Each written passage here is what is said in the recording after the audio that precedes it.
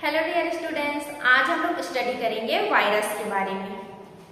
ठीक है, वायरस में हम लोग क्या क्या देखेंगे कि वायरस क्या होता है, उसकी जनरल प्रॉपर्टीज यानी कि कैरेक्टर्स, उसका स्ट्रक्चर, सिमेट्री मतलब समरूपता और जो शेप, तो ये सब हम लोग आज इस वीडियो में स्टडी करेंगे। तो आइए हम लोग देखते हैं सबसे पहले वायरस। तो वायरस क्या है? स्मॉलेस्ट इन्फेक्शियस माइक्रो ऑर्गेनिज्म, मतलब जो वायरस है वो स्मॉलेस्ट मतलब छोटा माइक्रो ऑर्गेनिज्म है। ठीक है, सूक्ष्म जीव है, बहुत ही छोटा सूक्ष्म जीव है जो इन्फेक्शन मतलब इन्फेक्शन फैलाता है, डिसीज कॉज करता है। ठीक है, वायरस का साइज कितना हो सकता है? 20 to 300 नैनोमीटर तक इनका साइज जो है हम देख सकते हैं। Study of virus it's called virology, which is a branch of microbiology। ठीक है, तो माइक्रोबायोलॉजी की वह शाखा जिसके अंतर्गत हम लोग वायरस की स्टडी करते हैं उसे हम लोग वायरोलॉजी कहते हैं। जैसे मैंने आपको बैक्टीरिया बताया था, तो बैक्टीरिया की स्टडी को हम लोगों ने क्या बोला था? बैक्टीरियोलॉजी। तो वैसे ही वायरस की स्टडी को हम लोग वायरोलॉजी कहते हैं, और ये जो है माइक्रोबायोलॉजी की एक शाखा है, ब्रांच है। ठीक है, वायरस कंटेन आइदर डीएनए और आरएनए बट नेवर बोथ, मतलब जो वायरस है उसमें जेनेटिक मटेरियल डीएनए और आरएनए पाया जाता है, लेकिन दोनों एक साथ वायरस में प्रेजेंट नहीं रहेंगे। वायरस में जो है या तो डीएनए प्रेजेंट रहेगा या आरएनए, दोनों एक साथ प्रेजेंट नहीं रहेंगे। ठीक है, virus are obligate intracellular parasite, मतलब जो वायरस है वो क्या करते हैं? सेल्स के अंदर जाके डिसीज कॉज करती हैं। ठीक है, ये स्ट्रिक्टली जो है हमारे सेल्स के अंदर, इंट्रासेलुलर मतलब हमारे सेल्स के अंदर जाके क्या करते हैं? डिसीज कॉज करते हैं। Virus do not have cellular structure and cell organelles, they are unable make their one enzyme and protein, मतलब जो वायरस है, ठीक है, जो वायरस है उनके पास खुद का उनका कोई भी सेल स्ट्रक्चर नहीं होता है, ना ही उसमें कोई भी ऑर्गेनेल्स प्रेजेंट होते हैं, जैसे कि आपका माइटोकॉन्ड्रिया, राइबोसोम्स, ये सब वायरस में प्रेजेंट नहीं होते हैं। इसके साथ साथ उनमें वो एंजाइम भी प्रोड्यूस नहीं कर पाते और ना ही वो प्रोटीन बना पाते हैं। क्यों? क्योंकि उनमें जो है खुद के ऑर्गेनेल्स, सेल स्ट्रक्चर नहीं होते, इसीलिए वायरस जो है एंजाइम्स और प्रोटीन का निर्माण नहीं कर सकते हैं। ठीक है, virus can infect all life forms, human, animals, plants and bacteria, मतलब जो वायरस है वो सभी प्रकार के ह्यूमंस में, एनिमल्स में, सब में क्या कर सकते हैं? इन्फेक्शन फैला सकते हैं। Virus can not be seen under a light microscope, मतलब हम वायरस को नॉर्मल सूक्ष्मदर्शी से नहीं देख सकते, लाइट सूक्ष्मदर्शी से हम वायरस को देख नहीं सकते हैं। वायरस को देखने के लिए हमें इलेक्ट्रॉन माइक्रोस्कोप की जरूरत पड़ती है। तो ये है हमारा वायरस का जनरल इंट्रोडक्शन या कैरेक्टर। ठीक है, और जो virus like on border line between living and non living, मतलब inside the cell living, outside the cell non living. हमने जो है सुना था कि जो वायरस है वो सजीव और निर्जीव के बीच की कड़ी है। ठीक है, तो कैसे? तो जो वायरस होते हैं जब वो सेल्स, किसी भी सेल के अंदर एंटर करते हैं तब वो क्या हो जाते हैं? जीवित हो जाते हैं, लिविंग हो जाते हैं। लेकिन जब वो सेल्स के बाहर रहते हैं तो वो कैसे रहते हैं? नॉन लिविंग रहते हैं, मतलब डेथ रहते हैं। तो इसीलिए जो वायरस है उसको क्या बोला गया है? वायरस है on border line between living and non living, मतलब जो वायरस है वो सजीव और निर्जीव के बीच की कड़ी है। सेल्स के अंदर हुए तो वो क्या है? जीवित है, मतलब लिविंग है, और सेल्स के यदि बाहर है तो वो नॉन लिविंग है। ठीक है, अब हम लोग जान लेते हैं कि सबसे स्मॉलेस्ट वायरस कौन सा है?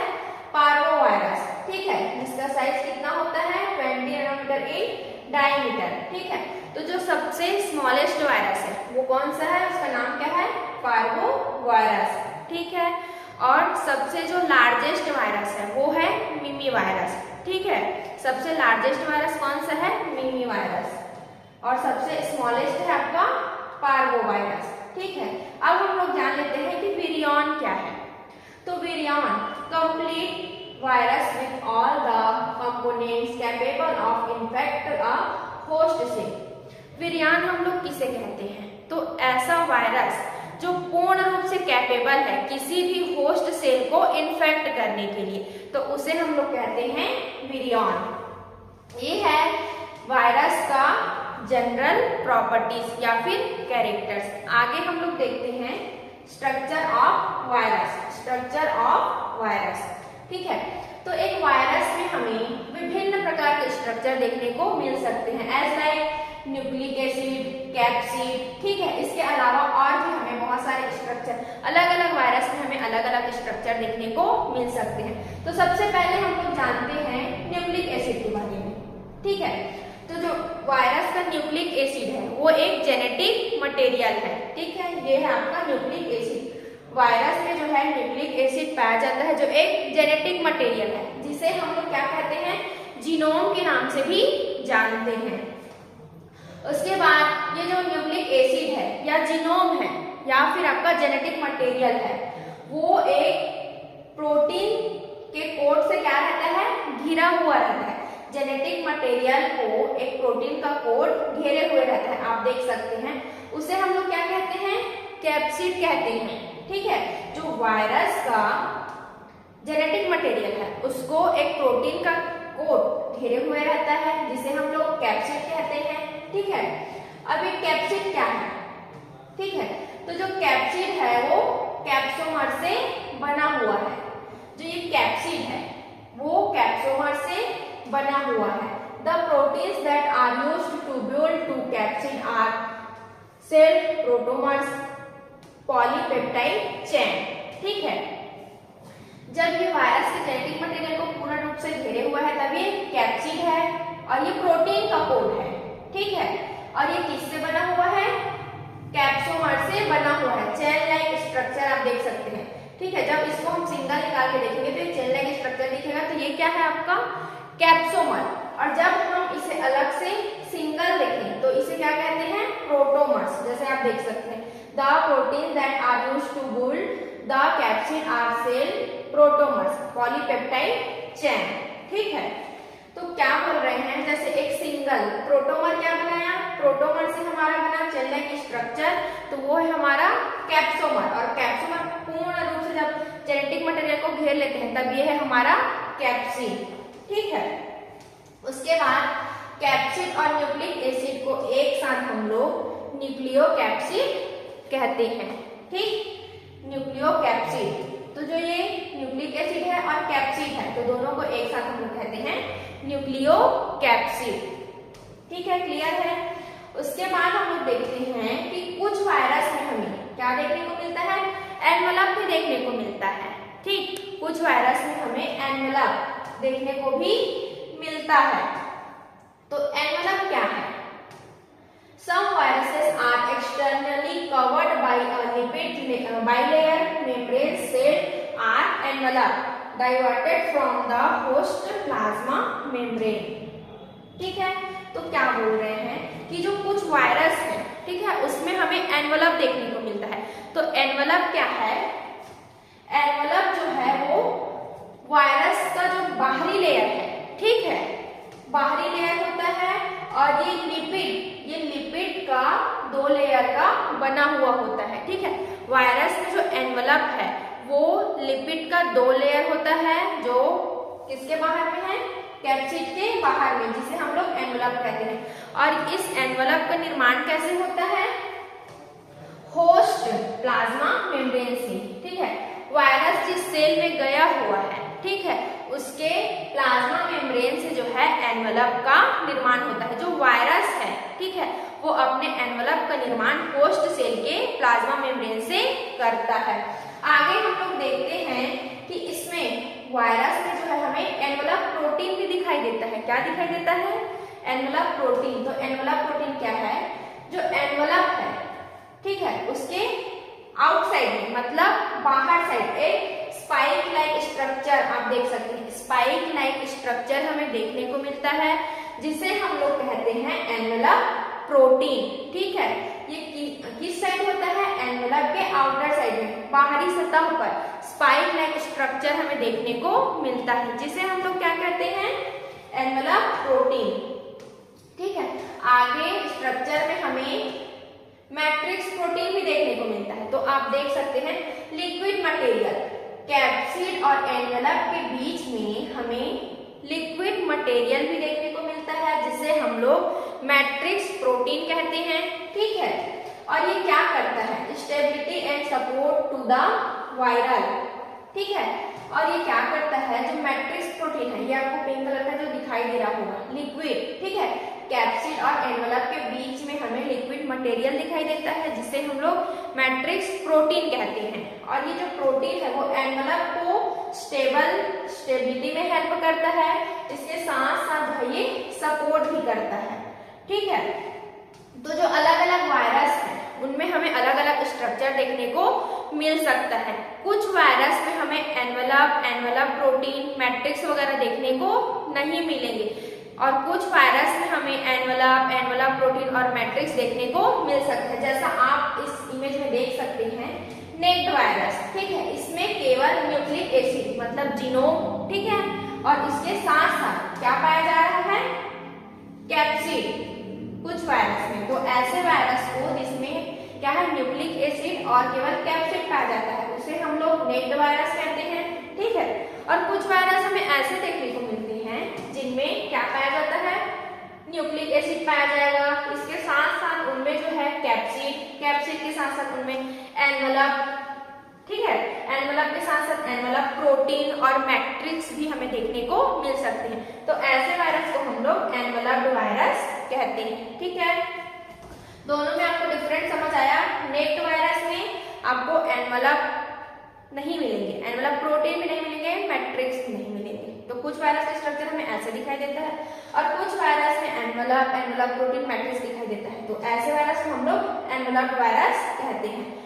ठीक है, और इससे को हम लोग नेक्ड वायरस कहते हैं। ये हो गया हमारा स्ट्रक्चर ऑफ वायरस। अब हम लोग नेक्स्ट देखते हैं सिमेट्री ऑफ वायरस। ठीक है, क्या है? सिमेट्री ऑफ वायरस मतलब समरूपता। तो किसके आधार पे हम लोग वायरस की समरूपता देखेंगे? जो है कैप्सिड के अकॉर्डिंग। ठीक है, the symmetry of virus refers to the structural arrangement of their capsid. ठीक है, मतलब बोल रहे हैं कि वायरस की हम लोग सिमेट्री देखेंगे, किसके आधार पे? Structure arrangement of the capsid. Capsid के अरेंजमेंट के अकॉर्डिंग हम लोग क्या देखेंगे? वायरस का स्ट्रक्चर, सिमेट्री देखेंगे। ठीक है, viral symmetry is determined by how the protein subunit capsomers are organised to from the capsid. मैंने आपको बताया कि जो प्रोटोमर है वो कैप्सोमर और कैप्सोमर कैप्सिड बनाते हैं। तो ठीक है, तो कैप्सिड के अकॉर्डिंग या तो कैप्सोमर के अकॉर्डिंग हम लोग वायरस की सिमेट्री देखेंगे। तो कैप्सिड के अकॉर्डिंग वायरस की कितने टाइप की सिमेट्री होती है? 3 प्रकार की। ठीक है, 3 प्रकार की सिमेट्री जो है वायरस क्या करेगा? दिखाएगा, प्रदर्शित करेगा कैप्सिड के अरेंजमेंट के अकॉर्डिंग। फर्स्ट है आइकोसाहेड्रॉन सिमेट्री, सेकेंड है हेलिकल सिमेट्री, थर्ड है कॉम्प्लेक्स सिमेट्री। अब हम इसको एक एक करके स्टडी करते हैं कि आइकोसाहेड्रॉन सिमेट्री क्या है, मतलब कैप्सिड कैसे अरेंज रहेंगे। तो आइए देखते हैं। The capsid is arranged in the shape of an icosahedron और 20-sided polygon with equilateral triangular faces। मतलब जो आइकोसाहेड्रॉन सिमेट्री में, ठीक है, जो कैप्सिड है, ठीक, वो कैसे शेप में अरेंज रहेंगे? आइकोसाहेड्रॉन शेप में। ठीक है, और 20-sided polygon with equilateral triangular faces, मतलब त्रिभुज आकार में। कैसे में? त्रिभुज आकार में जो है हमारे जो क्या रहेंगे? 20, जैसे कि ये सेम साइज में 20 पीसेस ट्राइएंगुलर इक्विलैटरल ट्राइएंगुलर। ठीक है, 20 पीस क्या होंगे? एक साइड में। ठीक है, अरेंज होके क्या बनाएंगे? आइकोसाहेड्रॉन सिमेट्री बनाएंगे। क्लियर है? जो ट्राइंगुलर, सेम साइज के ट्राइंगुलर 20 कितने रहेंगे संख्या में 20 एक साथ अरेंज होके आइकोसाहेड्रॉन सिमेट्री बनाते हैं। एग्जाम्पल हम लोग देख लेते हैं आइकोसाहेड्रॉन कौन से हैं, ठीक है। तो कौन कौन से हैं? हेपेटाइटिस बी वायरस जो है कैसा सिमेट्री बनाता है? आइकोसाहेड्रॉन। ये आप देख सकते हैं स्ट्रक्चर में टोटल 20 अरेंज होकर आइकोसाहेड्रॉन सिमेट्री बनाते हैं। Hepatitis B virus, dengue virus, parvo virus, rhino virus, human papillo virus, ठीक है, हर्प्स वायरस और बहुत सारे, ये सब एग्जाम्पल है आइकोसाहेड्रॉन सिमेट्री के, ठीक है। उसके बाद सेकेंड है helical symmetry. The capsid protein are arranged in a spiral और helical manner around the viral genome forming a rod like और फिलामेंटस स्ट्रक्चर। मतलब इसमें कैप्सिड कैसे रहेंगे? स्पाइरल शेप में, स्पाइरल शेप में, ठीक है। जो कैप्सिड है वो कैसे रहेंगे? स्पाइरल शेप में, जैसे कि स्पाइरल शेप में आपको देखने को मिल सकते हैं। जो हेलिकल सिमेट्री में कैप्सिड का स्ट्रक्चर स्पाइरल शेप में देखने को मिल सकता है, ठीक है।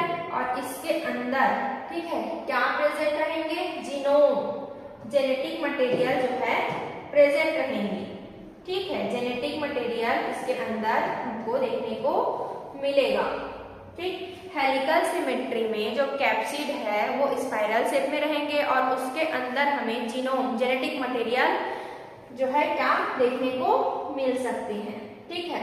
और जब हम इसे देखेंगे, देखने में हमें कैसे दिखाई देंगे? रॉड लाइक स्ट्रक्चर, रॉड के समान दिख रहे हैं सीधा, ठीक है। और एक फिलामेंटस शेप में, फिलामेंटस जैसे ये अरेंज है तो ये हमें फिलामेंटस या रॉड शेप में देखने को मिल सकता है। एग्जाम्पल है tobacco mosaic virus, influenza virus, measles virus, mumps virus, rabies virus और इबोला वायरस और बहुत सारे, ठीक है। तो इसमें कैप्सिड कैसे अरेंज है?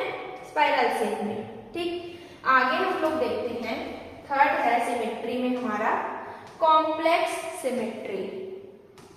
तो कॉम्प्लेक्स सिमेट्री क्या है? Virus with complex symmetry have a combination of icosahedron and helical structure or other unique architecture design। मतलब कॉम्प्लेक्स सिमेट्री में वायरस जब कॉम्प्लेक्स सिमेट्री प्रदर्शित करेगा तो उसमें हमें आइकोसाहेड्रॉन सिमेट्री और इसके साथ साथ हेलिकल सिमेट्री भी प्रेजेंट रहेगा। इसके अलावा कुछ अलग यूनिक आर्किटेक्चर डिजाइन, जैसे कि ये देख सकते हैं आप, पैर के जैसे दिख रहे हैं, वैसे स्ट्रक्चर भी इसमें मिले हुए रहेंगे। मतलब आइकोसाहेड्रॉन सिमेट्री भी हम इसमें देख सकते हैं, हेलिकल और उसके अलावा यूनिक आर्किटेक्चर डिजाइन भी इसमें हमें देखने को मिलेंगे। इसीलिए हम लोग इसको क्या बोल रहे हैं? Complex symmetry. ये देखिए आइकोसाहेड्रॉन स्ट्रक्चर है, ये आपका हेलिकल, इसके अलावा ये दोनों के अलावा ये आर्किटेक्चर यूनिक डिजाइन हमें देखने को मिल रहा है, इसलिए ये है हमारा कॉम्प्लेक्स सिमेट्री, ठीक है। एग्जाम्पल है bacteriophage, pox virus, Gemini virus और बहुत सारे, ठीक है। तो कैप्सिड के अरेंजमेंट के अकॉर्डिंग हमने सिमेट्री देखी वायरस की। 3 टाइप की सिमेट्री वायरस प्रदर्शित करता है। फर्स्ट आइकोसाहेड्रॉन सिमेट्री, हेलिकल सिमेट्री और कॉम्प्लेक्स सिमेट्री। अब हम लोग आगे देखते हैं इनका साइड और शेप और एग्जाम्पल, ठीक है, कि कितने टाइप के वायरस जो है एक शेप, मतलब जो एक वायरस है वो कितना प्रकार का अपना शेप प्रदर्शित कर सकता है। तो सबसे पहले है स्पेरिकल, यह आइकोसाहेड्रॉन सिमेट्री, मतलब आइकोसाहेड्रॉन जैसे दिखेंगे आपको, ठीक है, ऊपर में मैंने बताया था वैसे ही दिखाई देंगे। एग्जाम्पल है पॉलीवायरस, हर्प्स, सिंप्लेक्स वायरस, ठीक है। उसके बाद सेकेंड हेलिकल, हेलिकल शेप में, ठीक है। तो कैसे शेप में अरेंज रहेंगे? स्पाइरल शेप में, ठीक है, हेलिकल शेप में अरेंज रहेंगे कैप्सिड जो है। एग्जाम्पल के लिए TMV, tobacco mosaic virus, influenza virus और रेबीज। थर्ड कॉम्प्लेक्स, तो कॉम्प्लेक्स में मैंने आपको बताया कि आइकोसाहेड्रॉन भी उसमें रहेंगे, उसके साथ साथ हेलिकल भी रहेंगे, हेलिकल सिमेट्री भी रहेगी, उसके साथ साथ कुछ आर्किटेक्चर डिजाइन, ठीक है, यूनिक आर्किटेक्चर डिजाइन भी उसमें आपको देखने को मिलेंगे, ठीक है। एग्जाम्पल के लिए है बैक्टीरियोफेज, स्मॉल पॉक्स। उसके बाद फिलामेंटस, फिलामेंटस शेप में भी आपको वायरस देखने को मिल सकते हैं। लॉन्ग थर्ड लाइक वायरस, मतलब किस टाइप में हमें देखने को मिलेंगे, ये धागेदार स्ट्रक्चर फिलामेंटस, ठीक है। तो वैसे भी शेप हमें वायरस के देखने को मिल सकते हैं। वो कौन सा वायरस है, इबोला वायरस, ठीक। उसके बाद नेक्स्ट है बुलेट शेप में भी आपको वायरस देखने को मिल सकते हैं। बुलेट मतलब आप समझ रहे हैं, बंदूक की गोली, उसके समान भी हमें वायरस देखने को मिल सकते हैं। उस शेप में भी बंदूक की गोली कैसे रहती है, जैसे ये, ठीक है। तो इस शेप में भी हमें वायरस देखने को मिल सकते हैं। एग्जाम्पल है रेबिस वायरस। उसके बाद और कौन सा शेप वायरस प्रदर्शित करता है, pleomorphic virus with variable shape usually due to the flexible envelope externally variable, ठीक है। तो जो प्लियोमॉर्फिक शेप है वो कैसे रहेगा, इसमें इनका शेप निर्धारित नहीं रहेगा। ये कभी आइकोसाहेड्रॉन में दिखेंगे, कभी हेलिकल में दिखेंगे, कभी बुलेट लाइक दिखेंगे, ठीक है। लेकिन ये फ्लेक्सिबल किसके थ्रू रहेंगे, एनवलप, एनवलप इसमें फ्लेक्सिबल रहेगा, ठीक है। एक्सटर्नल वेरिएबिलिटी मतलब बाहर का जो एनवलप है वो इसको फ्लेक्सिबल करेगा अलग अलग शेप अपना लेने में, ठीक है।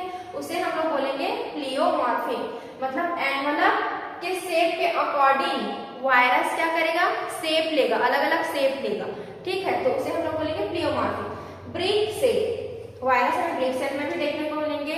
ब्रिक मतलब ईट लाइक स्ट्रक्चर, ईट के समान हमें देखने को मिलेंगे, जैसे कि ईट, ठीक है। ये आपका ब्रिक शेप में, ठीक, eat like structure, large complex virus with brick like appearance, ठीक है। ईट के समान हमें देखने को मिलेंगे। एग्जांपल हमारा क्या है, स्मॉल पॉक्स, ठीक। एमॉर्फस, तो एमॉर्फस भी लगभग प्लियोमॉर्फिक के जैसा है। जो प्लियोमॉर्फिक शेप है वो इसके ऊपर डिपेंड है, एनवलप के ऊपर। लेकिन जो एमॉर्फस है इसमें भी वायरस का शेप अलग अलग रहेगा, लेकिन किसके अकॉर्डिंग चेंज होगा, वो आपका इंटरनल वेरिएबिलिटी मतलब कैप्सिड के थ्रू, इसमें कैप्सिड चेंज होगा, ठीक है। इंटरनल में क्या था, कैप्सिड, एनवलप एक्सटर्नल था, बाहर था। तो जो एमॉर्फस शेप है वो किसके अकॉर्डिंग चेंज होगा, कैप्सिड के अकॉर्डिंग, ठीक है। तो ये है हमारा टोटल वायरस की जानकारी, ठीक है, जिसमें हमने, ठीक है, टोटल वायरस के बारे में पढ़ा। वायरस का नॉर्मल इंट्रोडक्शन हमने देखा, ठीक है, या फिर जनरल प्रॉपर्टीज बोल सकते हैं, या नॉर्मल इंट्रोडक्शन। लार्जेस्ट वायरस कौन सा है, स्मॉलेस्ट वायरस के बारे में हमने जाना, ठीक है। उसके बाद हमने स्ट्रक्चर ऑफ वायरस, तो जो अलग अलग वायरस है वो अलग अलग स्ट्रक्चर क्या करते हैं, प्रेजेंट करते हैं, दिखाते हैं, ठीक है। तो कुछ वायरस जो है वो नेक्ड वायरस होते हैं, ये देखिए, जैसे कि कुछ वायरस नेक्ड वायरस होते हैं, कुछ एनवलप्ड वायरस होते हैं। उसके बाद हमने सिमेट्री ऑफ वायरस मतलब वायरस की समरूपता पढ़ा, और हमने उसके अलग अलग शेप के बारे में जाना।